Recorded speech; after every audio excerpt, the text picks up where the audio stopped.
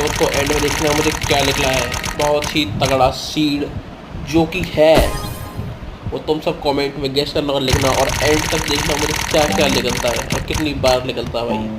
तुम सब हैरान हो जाओगे देखकर।